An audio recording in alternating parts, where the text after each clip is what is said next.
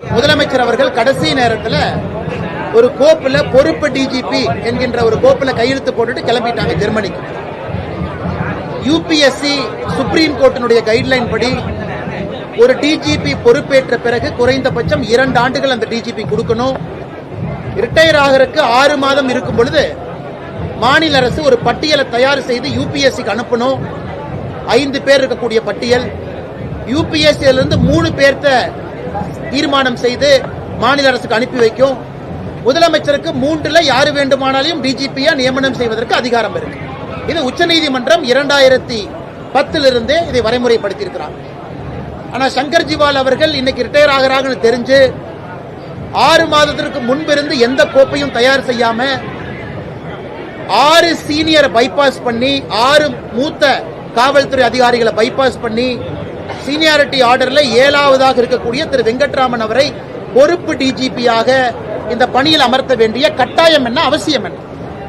இதனால 6 ஐபிஎஸ் அதிகாரிகளுக்கு சீனியாரிட்டியில பிரச்சனை வருது. குறிப்பாக சீமா அகர்வால் அவர்கள், சந்தீப் ராய் ரத்தோர் அவர்கள், அபய்குமார் சிங் அவர்கள், வன்னிய பெருமாள் அவர்கள், ராஜீவ்குமார் அவர்கள், பிரமோத் குமார் அவர்கள், இவங்க எல்லாமே 6 பேர் இதுக்கு மேல இருக்காங்க. அதனால இன்னைக்கு தமிழகத்தினுடைய பொறுப்பு டிஜிபி காலையில அந்த பொறுப்பேற்கக்கூடிய விழாவில் 8 டிஜிபி பங்கேற்கல. 8 டிஜிபி பங்கேற்கல. அவருக்கு மேல சீனியாரிட்டியில் இருக்கிற 6 பேரும், அவருக்கு கீழே இருக்கிற 2 பேர் 8 டிஜிபி புறக்கணித்திருக்கின்றார்கள். எப்படி காவல்துறையில சட்டம் ஒழுங்கை நம்ம காப்பாற்ற முடியும்? காவல்துறைக்குள்ளேயே சண்டை ஏற்படுத்தி, காவல்துறைக்குள்ளேயே பிரச்சனை ஏற்படுத்தி, காவல்துறைக்குள்ளேயே அதிகார போட்டியை முதலமைச்சர் கொண்டு வந்ததன் காரணமாக காவல்துறை நண்பர்கள் பலம் இழந்து நிற்கிறாங்க. அதாவது பெண்களுக்கு பாதுகாப்பு இருக்கக்கூடிய நகரமாக NARI 2025 அமைப்பு நடத்தியிருக்கக்கூடிய ஆய்வறிக்கையின்படி சென்னை மாநகரம் 31 நகரத்தில் 21வது நகரம் தான் பாதுகாப்பு.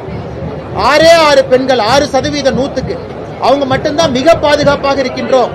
46 பேர் பாதுகாப்பா இருக்கிறோம். 48% பெண்கள் நாங்க பாதுகாப்பாவே இல்லைன்னு சொல்லியிருக்கிறாங்க. இதையெல்லாம் திமுக அரசு வெட்கி தலைகுனியணும். இந்த லட்சணத்துல காவல்துறைக்குள்ள சண்டையும் பிரிவினைவாதத்தையும் ஏற்படுத்தி எடுத்திருக்கக்கூடிய முதலமைச்சர் மு.க. ஸ்டாலின் அவர்களுக்கு கடுமையான கண்டனங்கள். எங்களை பொறுத்தவரை இது இல்லீகல். பொறுப்பு டிஜிபி என்கின்ற பொறுப்பே இது ஒரு இல்லீகலான வேலை. சட்டத்தில் இதுக்கு இடம் கிடையாது.